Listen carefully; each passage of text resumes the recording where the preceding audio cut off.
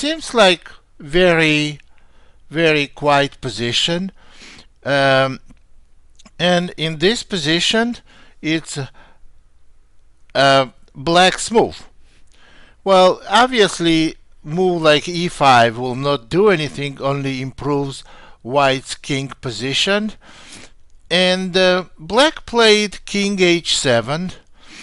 It's a very strong move, very powerful move, and white did not recognize what is the threat. Maybe white thought that black wants to do king h6 followed by e5 mate, but that's not something can happen on a high level games. So white played rook to c7, failing to recognize any danger.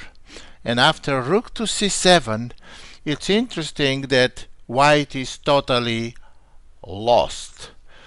And here, why this kind of combinations you can only see in the end game, because you are not going to see king on f4 in a middle game too often. And after g5 check, white is hopelessly lost. Obviously, white must take the g5 pawn, but there are two ways: to take with the pawn or to take with the king. Taking with the pawn is not good, because after king g6 there is a forced mate. Forced mate because of e5 checkmate, and if white goes g4 then h4, and e5 mating threat is unstoppable. What did white think after rook c7? They thought if black plays king h6, they can always go g4 and there will be no checkmate. White escapes on g3 king, and meanwhile f7 pawn is under attack. So after g5 check, h takes g, as we just now explained, is not good, because king g6 and white gets mated. And after king takes g5, you see the bad position of white b5 rook. So black goes rook e5 check. White has only move, there are no choices. Rook f5 check, another only move, and now black gives check and wins white's b5 rook. And with an extra rook, it's an easy win for black. Black wins easily. It's interesting how quickly from very quiet positions, we got total disaster.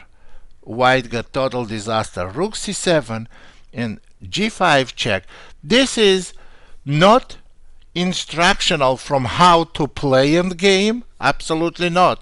This will show you how you have to be aware of some highly unusual dangers in any